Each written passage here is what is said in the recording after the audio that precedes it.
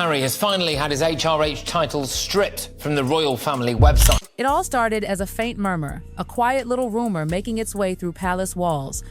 Whispers that Buckingham Palace was secretly reviewing the royal titles of those who no longer serve. And before anyone could even take a breath, that whisper turned into a royal hurricane. Across the board, he's going to strip everyone that's not a working member of the royal family of their title. Then the internet caught fire. Flight trackers began showing a mysterious jet leaving California, heading straight to London. And let me tell you, gossip pages exploded. Fans started piecing it all together like detectives on a mission. Was Prince Harry on that plane? No security entourage, no Netflix. Camera crew, no Meghan by his side, just Harry, a jet, and a whirlwind of rumors spreading faster than a Buckingham briefing. The royal watchers were losing it online. Why is he flying now? What's happening behind palace doors?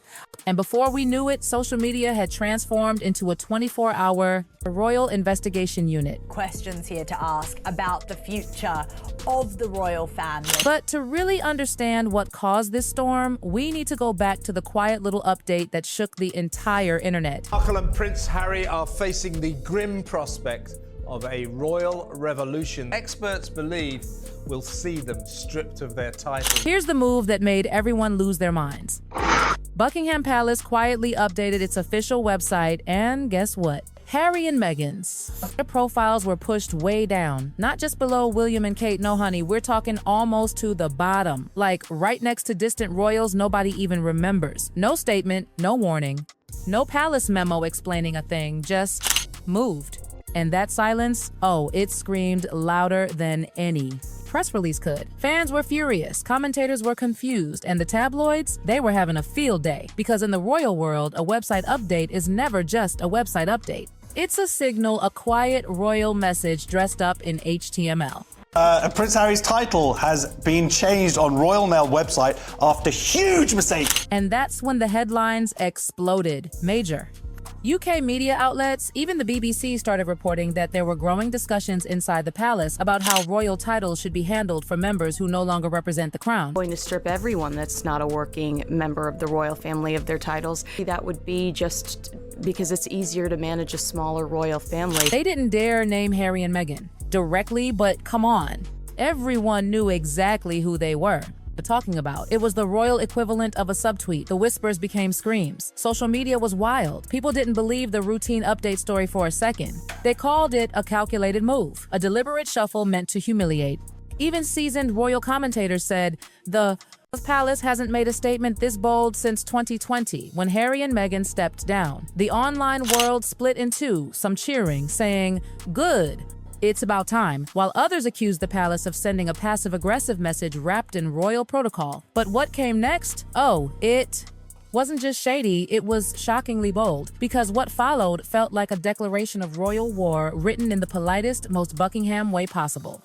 Late that afternoon, sharp-eyed reporters noticed something tucked inside official palace briefings. Commentators began whispering that Buckingham Palace had quietly sought constitutional advice, possibly through the Privy Council, about the rules governing royal titles for non-working members. No announcement, no grand press event. Just a subtle few words hidden inside an update that spoke volumes. Insiders immediately knew what that meant. The palace was officially reviewing who still deserves the perks of the crown and who might be next to lose them. The Times and the BBC both covered it, hinting that this wasn't just about tradition, it was about redefining royal status itself. Then came the shade. A palace. Aide reportedly said that Prince William believes royal titles shouldn't be used as branding tools for personal profit. Ouch. Everyone could feel who that was, aimed at the Netflix streaming, podcast-producing couple in Montecito.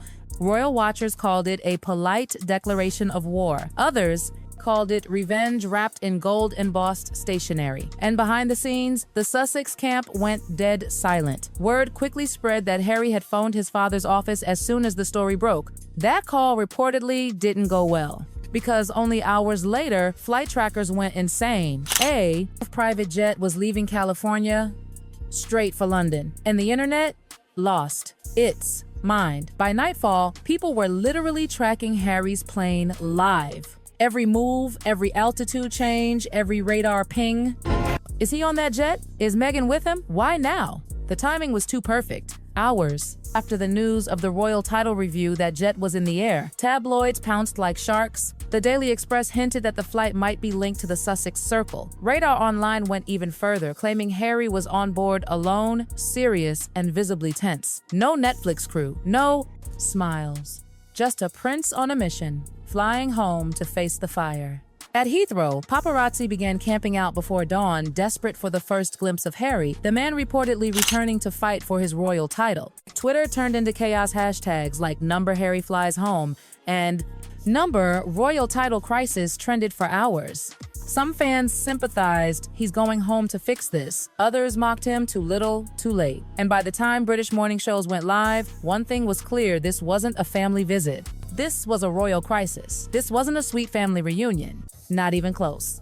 This was Harry on a mission, pure damage control mode. But what he was walking into wasn't forgiveness or understanding. It was a palace that, according to insiders, had already made up its mind. Suddenly, everyone was talking about MP Bob Seeley's 2022 proposal. Remember that? The one that would let Parliament debate whether royals who've stepped back could lose their titles altogether. At the time, it seemed symbolic, almost theatrical. But now, it felt alarmingly relevant. Political commentators called it the Crown's quiet correction. Officials, of course, played it cool, insisting the king's meetings were just routine constitutional business. But come on, the timing, so close to the website shakeup, raised every royal eyebrow in Britain. Inside palace circles, royal correspondents described the atmosphere as tense but calm, measured. The king, they said, wasn't angry. He was focused on drawing a sharp line between those who serve the monarchy and those who serve their personal brands. Even private family conversations, sources claimed, now felt more like business meetings than heart-to-hearts. Within just a few days, the Times confirmed what everyone suspected: the king had indeed sought constitutional advice from Privy Council members regarding the management of royal titles for non-working royals. And while Buckingham Palace kept its lips sealed, no names, no comments, no public acknowledgement, the message was crystal clear. Moves were happening quietly behind those palace gates. Across the UK, the debate caught fire again. What should a modern monarchy really look like? Some said the royals must evolve to survive. Others insisted that stripping titles would only fan the flames of division. Meanwhile, in America, public opinion split down the middle. Fans of Harry and Meghan defended their independence. They deserved to live freely, while traditionalists praised the palace for standing firm. Two countries, two realities. One royal crossroads.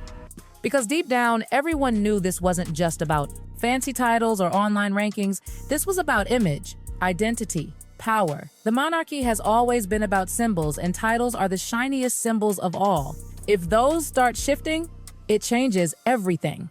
Insiders whispered that if this quiet review continues, titles will change. Roles will shift. And one day, the man we've always called Prince Harry might be known simply as Harry Windsor, and that thought alone sent shockwaves through both sides of the Atlantic.